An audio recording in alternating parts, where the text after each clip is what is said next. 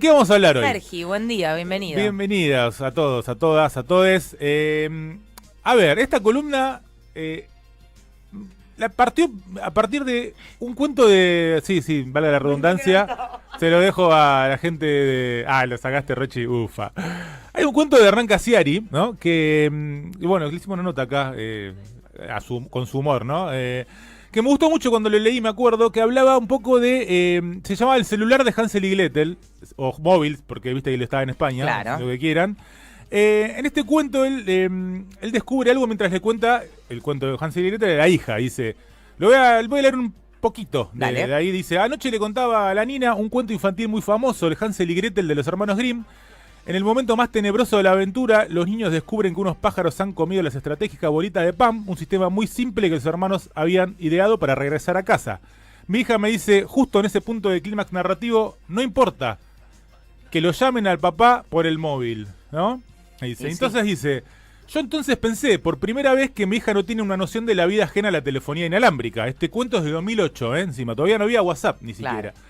Y dice, ¿cuántos clásicos habrían perdido su nudo dramático? ¿Cuántas tramas hubieran muerto antes de nacer? Y sobre todo, qué fácil se habría solucionado los intríngulis más célebres de las grandes historias de ficción. Dice, la Nina, sin darse cuenta, me abrió anoche la puerta a una teoría espeluznante. La telefonía inalámbrica va a hacer añicos las nuevas historias que agarremos, las convertirá en anécdotas tecnológicas de calidad menor, ¿no? Y después cuenta, por supuesto, qué hubiera pasado si tenía, no sé, Caperucita hubiera alertado a la abuela a tiempo y se hubiera escapado del lobo. El Conorel tenía a alguien para que escribirle, ¿no?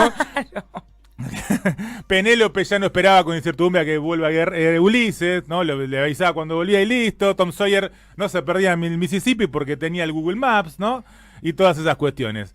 A mí, viste que los grandes escritores, para mi gusto, tienen muchas veces eso de poner en palabras lo que uno a veces había pensado. Porque yo muchas veces había pensado esa cuestión y lo asocio también a que me parece que, mi opinión, ¿no? Que las series o las pelis todavía hoy día no sé si lograron encontrarle la vuelta a cómo usamos nosotros el WhatsApp o el teléfono para mostrárnoslo en la pantalla, ¿no? No solemos ver gente mandando WhatsApp, ni siquiera un audio, ¿no? En una serie o algo, porque me parece que no es tan bueno narrativamente, ¿no?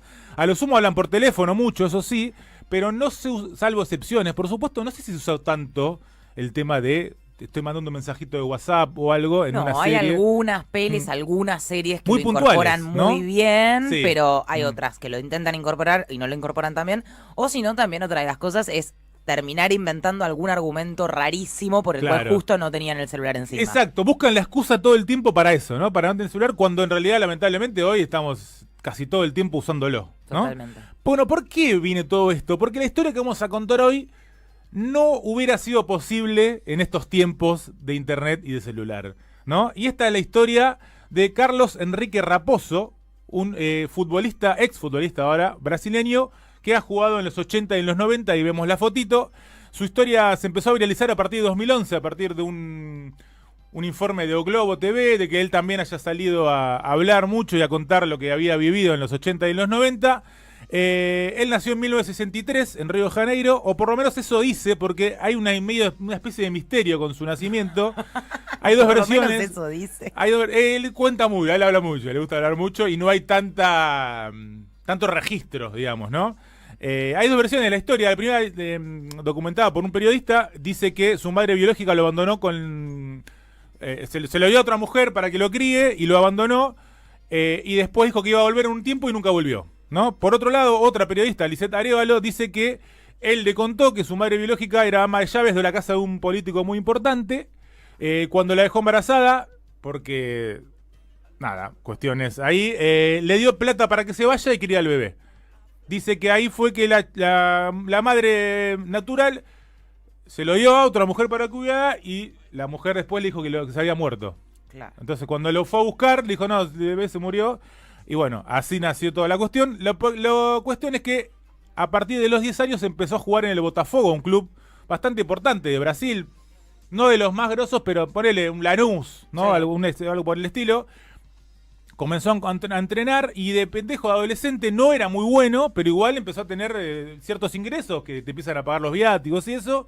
Y dice que se lo iba guardando esta madre adoptiva hasta que un día la madre era alcohólica, se fugó con una especie de representante y se llevó toda la plata que había juntado del nene. A partir de ahí, el pibe medio que se decepcionó un poco con el fútbol y empezó dejó de entrenar, se empezó a dedicar un poco más a la joda, todo así. Y, sin embargo, dijo que tenía muy en claro que él quería ganar plata con el fútbol, así que siguió moviendo. Empezó a jugar en el Botafogo, jugó 6 meses, pero era malo, no entrenaba, no hacía nada, hasta que dijeron, flaco, no servís más, andate. Y sin embargo, increíblemente, hizo una gran carrera, jugó en toda su carrera en Botafogo, Flamengo, de equipo de los más grosos de Brasil. Otro que se llamaba Bangu, de Brasil, que en los 80 era bastante bueno, Fluminense, Vasco da Gama, todos conocidos, América, y hasta jugó en el Puebla de México, en el Paso de Estados Unidos y en el Ajaccio de Francia. La carrera habrán sido acá 13, 14 años. ¿Cuántos partidos piensan que jugó en toda esta carrera? Ay, no tengo, pero es como Estamos una pregunta del erudito. 14 años, ¿no? Generalmente hay 38, 40 partidos por temporada, solamente de liga, ¿no? 250, 300. Sí, no, lo que diga Santi. 6. No. No, mi ídolo, mi nuevo ídolo del fútbol. ¿Qué pasó? Rasposo no sabía jugar al fútbol, no entrenaba nada, entonces se la empezó a ingeniar para jugar en equipos distintos sin jugar y sin entrenar. ¿Qué hacía el chabón? Bueno, dice que iba como durando 6 meses, que era la firma de contrato, 1 año, y se hacía lastimado siempre. Estamos hablando que en los 80 no había resonancias magnéticas, nada, entonces iba a la enfermería y le decía, che, pero me duele, no, pero flaco, no tenés nada, me duele. Y así iba cambiando de club. Cuando pasa el Flamengo del Botafogo al principio, en los 80, fue porque él era que empezó, dijo, bueno, a ver, no sé jugar al fútbol, no me gusta entrenar, no sé qué hacer, me hago amigo de la gente. Se empezó a hacer amigo de futbolistas, se hizo muy amigo de un futbolista muy conocido, de Renato Gaúcho, de los 80 y los 90 de Brasil, y le dijo, recomendame. Gaúcho lo recomendó, dijo, este es un jugadorazo, y lo compraron desde el Flamengo, sin pruebas, solamente porque decía que era un jugadorazo. Lo dice nada más. Estuvo 6 meses, cobraba la guita, no jugó nunca en el Flamengo. Y ahí tenemos un par de fotos de él que fuimos viendo. Ahí está con otros jugadores, ¿no? Y dice, entonces, ¿qué pasó? De la nada se fue a jugar a México. Lo compró el Puebla de México. La prensa jugó un partido muy importante en ese sentido. Y después en su vida, ¿qué hacía el tipo?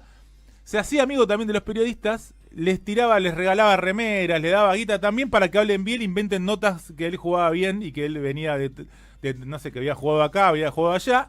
Y como obviamente no había internet, no había televisación tanta de los partidos, por eso es un dato clave, ni siquiera se televisaban tanto los partidos. Y mucho era el boca en boca, que era lo que finalmente terminaba viendo si un equipo te contrataba. Entonces, claro, venían 3, 4 jugadores brasileños y decían, no, la rompía, era un crack en Brasil. Venían 3, 4 periodistas y decían, che, mirá la nota que acá sale Carlos Enrique Rasposo, no sé qué. Compraban y lo compraban. Llegaba el tipo a los lugares, lastimado, no puedo jugar, estoy lastimado. Y así pasaba el tiempo hasta que obviamente después de 6 meses, ahí está, las notas que le inventaban, un fútbol de campeón, ¿no? El Kaiser, ahí tenés una nota. El tipo siguió jugando, ahí tenemos la otra. Él generaba todo. El tipo tiraba tanto chamullo que decía, mira, esta es muy buena, que había sido campeón intercontinental con Independiente en 1984, cuando Independiente le gana al Liverpool, y mostraba crónicas de la época, formación y todo. Ahí está, ese sería Raposo. Vos ves y figuraba Carlos Enrique, pero ¿qué pasa? Ese jugador se llamaba Carlos Enrique. No era gran él. Conocido. Perdón, jugador. el tipo era un genio. Lateral izquierdo, Carlos Enrique, jugó en la selección argentina, todo hermano del loco Enrique Héctor, que es el que se jacta de darle el pase a Maradona en el 86, después de que se esquiva todo para hacer el gol contra los ingleses. Él decía que era Carlos Enrique. Entonces buscaba, mirá, formación Y Carlos es medio Enrique. parecido encima. Y lo ves de lejos y un poco se parece. Formación Carlos Enrique, dice, yo soy campeón del mundo, contrátenme. Y con eso robó para ir a México a jugar. Después de 6 meses, absolutamente los dejan. Se empezó a hacer amigos más jugadores. Ricardo Rocha, un jugador que jugó en el 90. Digo, y después de esos 6 meses no saltaba la ficha igual que el chavo, no bueno, jugaba. ahí empiezan las cuestiones también de, claro, que no jugaba, no, porque tampoco se sabía tanto. Él dice, che, estuvo 6 meses en el Puebla. Listo, nadie pregunta si jugó o no jugó, porque tampoco había tanto registro. No, ¿y por qué me vas a decir? Y él después lo voy a contar, pero él decía los propios clubes no se animaban a decir que los había agarcado, porque, claro, porque quedaban como medio en offside también. Entonces nadie boqueaba. Entonces, no, anda, llévalo, yo lo juega bárbaro el chabón, Esta es muy buena. Ahora después va a ir a jugar al Bangú. Y la nota es, Bangú tiene a su rey. Ese era el titular de la nota. O sea, no solamente que el chabón conseguía todo, sino que era como consagradísimo. Consagrado, Carlos Kaiser. Kaiser era el apodo, viste que en Brasil generalmente te ponen el apodo. Acá era el apodo Kaiser porque se parecía a Frank Beckenbauer, legendaria figura de Alemania, que le decían el Kaiser. Y como se parecía físicamente, ahí está, mirá, Beckenbauer. También hay a lo lejos te puede parecer. Él mismo se habrá puesto, le habrá dicho, escribí una nota, no se parecen, boludo. Le habrá dicho a uno, escribí que me parezco a este, dale, vos mandale. Bueno, puta, boludo. Seguía haciendo jugadores, como decíamos, Ricardo Rocha, jugador que jugó en el 90 contra Argentina en el Mundial, me acuerdo. Romario, sin dudas. Edmundo, justamente con Romario, con Edmundo y con muchos se hacía amigo en las jodas, porque el tipo salía de joda con ellos, los invitaba, los hacía amigos. En las noches decía, hey, soy yo. Casi como una mascota del equipo en un punto. Una especie de mascota del equipo que a su vez caía simpático, era como comprador.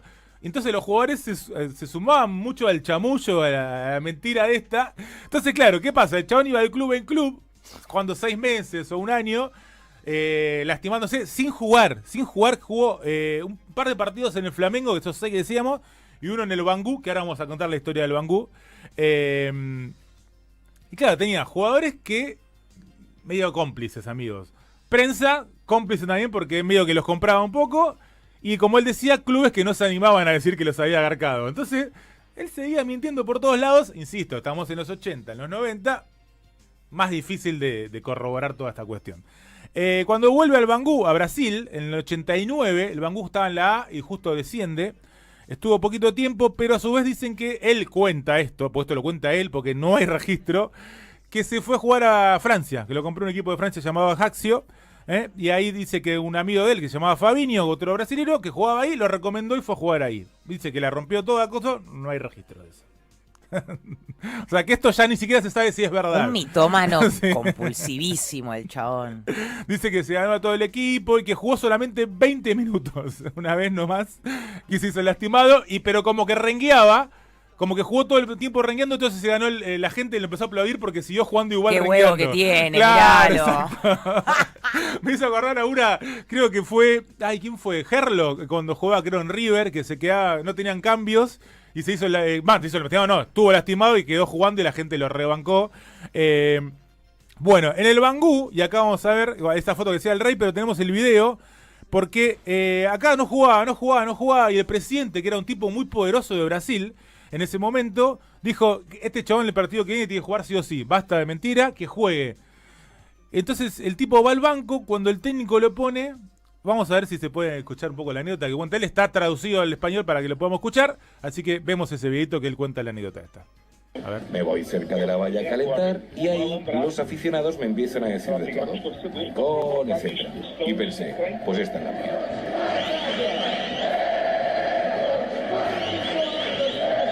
Salté la valla para pelearme con los aficionados para provocar mi expulsión antes de entrar en el campo. Y así fue exactamente, me expulsaron antes de entrar al campo. Entonces en los vestuarios me dicen los compañeros, este hombre te va a matar. Este hombre era un hombre muy poderoso aquí en Brasil. Entré en el vestuario con su guardaespaldas, pensé, se acabó, me va a matar. Y en eso, como mi padre ya había muerto, le digo, doctor Castor, Dios me ha dado un padre y me lo ha quitado. Y me ha dado otro que es usted. Y las personas que estaban ahí detrás de la valla estaban diciendo que usted hace maldades, que vive de malos negocios, y no he podido aguantar. Entonces he perdido la cabeza. ¿Usted sabe lo que es para un hijo oír hablar mal de un padre? Sé que mi contrato termina la semana que viene. Soy consciente de que he perjudicado al club. Puede hacer conmigo lo que le dé la gana. Tendrá toda la razón. Y entonces él llamó al supervisor y le pidió que duplicara el importe de mi contrato y que lo renovara por 6 meses más. Increíble. Tremendo. Hermoso. Por favor. Hermoso. Imposible, boludo. El tipo volvió a jugar, fue al Flamengo ahí en el Fluminense en los 90. Dicen que tenía ya los famosos celulares grandotes. Dice que hablaba por teléfono en inglés y que no hablaba con nadie, que era mentira, que hablaba como que le iban a contratar. Y hay un segundito que habla, creo que era el preparador, el doctor de ese equipo de Fluminense, y dice que un día lo casó porque el tipo había laburado en... Fingía hablar inglés, falaba todo errado. Fingía hablar inglés, pero lo hacía mal. Hasta que un día descubrí que él no hablaba con nadie. Le dije, oye, ¿con quién estás hablando? Entonces yo me quedé por detrás de él mientras hablaba por teléfono y vi que no hablaba con nadie y él se quedó ahí quieto mirando. Él compraba camisetas femeninas y las regalaba a las chicas diciendo que él jugaba con el Fluminense, pero era un buen tipo. Pero era buen tipo. La bola estaba en la derecha y él iba para la izquierda. Era un Pinocho perdido. Era un caradura, el más grande del fútbol brasileño. Él iba para los clubes a jugar y a la hora de realmente saltar al campo para enseñar alguna cosa, lo que hacía era fingir una lesión. Este era Ricardo Rocha, que hablamos, el jugador. En el 2018 sale un documental en Inglaterra, en Reino Unido, con su historia, incluye las entrevistas a Ricardo Rocha, Carlos Alberto, Zico, Junior, Bebeto, Renato Gaúcho, todos glorias de Brasil. Está para ahí, lo pueden buscar y capaz lo encuentran. Kaiser, la gran historia del futbolista que nunca jugó al fútbol. En esto ahí cuenta Fabinho, el jugador que jugaba con él en el Ajaccio, que era mentira. Ahí tenemos el documental para dar de fondo también. Dice que es mentira que él nunca jugó en Francia en el Ajaccio, que era todo chamullo. O sea dice que, eso. Entonces no se cuando sabe. saltó toda la mentira, igual el chabón siguió mintiendo, ¿no? Siguió Podía hablando, parar. él siguió contando todo. Ahí vemos ahí un poco el tráiler. Y él cuenta que dice que, bueno, los clubes engañaron tanto a los futbolistas que alguien tenía que vengarse de ellos y él fui yo. Robin Dice, Hood. Robin Hood de los futbolistas. Dice, los jugadores lo sabían, pero eran todos amigos míos. Los periodistas, nadie me persiguió porque les pagaba para dar los reportajes. Y como decíamos, los clubes no se animaban a decir esta mentira. Dice, engañé a los médicos. Hubo un tiempo que querían que jugara. Tenía un amigo dentista que era el que me hacía toda la especie de, ¿cómo se llama? De certificado diciendo que yo estaba lastimado. Un capo. Así que esta era la historia de Carlos Enrique Raposo, que se puede ver en este documental del 2018, que lo pueden buscar ahí, capaz lo encuentran, si no alguna aplicación. Kaiser, la gran historia del jugador que nunca jugó al fútbol. Alucinante, Sergio, muchas gracias. A ustedes.